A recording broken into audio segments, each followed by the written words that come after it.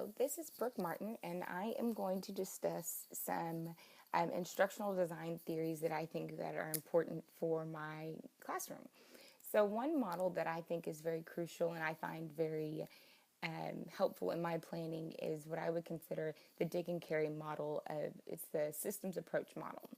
And one key component that I find very, very important and that I'd always consider in my planning is the fact that everything comes together and everything is equally important.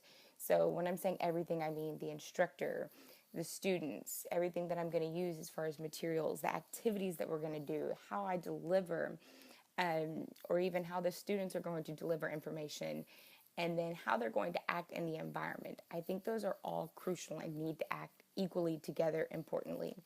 I like to always understand, but when I'm planning my lessons, I think it's important to identify what instructional goals I'm trying to have my students do. So, like, what do I physically want them to learn? And then the next thing is stating the objectives as far as how they're going to learn it. So that ties in together equally importantly because you can tell students, I need you to do this, but you need to also have an objective of how they're going to do it. So you're not just saying, hey, you do this and learn it, whereas you're also telling them, you're going to learn this and this is how we're going to do it today.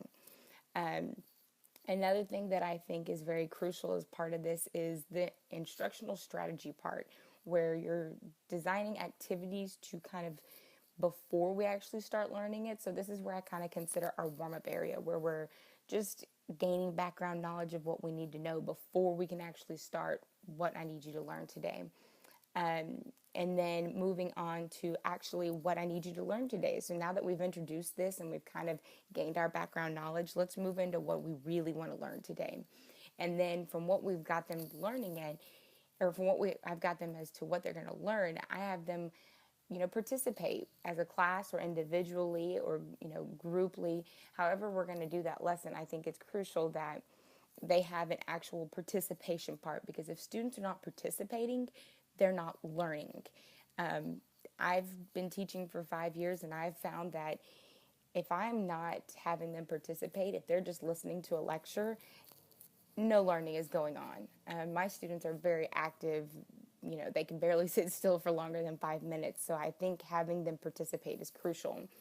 And then the last part of the lesson, or whenever I'm designing my lessons, I always try and build in some type of assessment. An assessment can be just asking them, what are the key things that we learned today? How did we do that? So, like, for example, if I'm in my classroom talking about Photoshop and I'm trying to figure out what we learned, I may ask them the process as to what we did, or, why was this important? And then some of the other key things of this model is revising instruction. So what happened today or in the classroom, what needs to be redone, did it work, did it not? You're always having to constantly reevaluate throughout the whole entire process. So I think these are all crucial.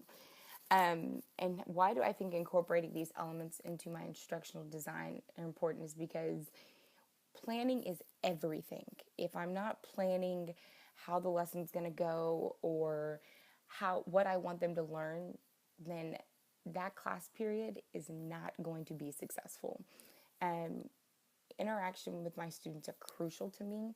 And so the more planned and detailed out I am in my preparation, the more successful my lesson is going to be for that day. And I think that the whole process of planning and incorporating these elements are crucial because at the end of the day, it's the students that I'm most identified with and want them to be successful. And so making sure including all of these elements is what I want them to do, how they're going to do it, how can I improve this, how can I think of what what's their background, how do they learn.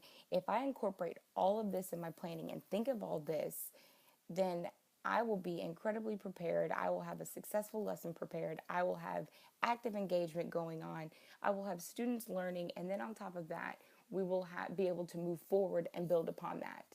And one of the overall goals of every single lesson that I ever create is not only did they learn something, but can they move forward and can they use that outside of the classroom? That is my biggest goal every time I teach is not only did they learn something, but was it useful? Can they take it out there and use it somewhere? And if they can't use it, I almost feel like I haven't done them I've done them a disservice.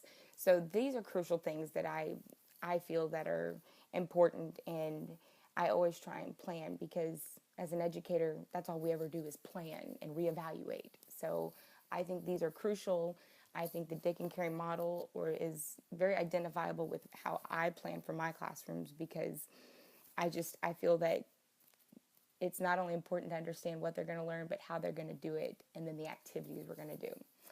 So this is my first voice thread of what type of learning theories design theory I would incorporate in my classroom. And I hope you enjoy this. Thank you.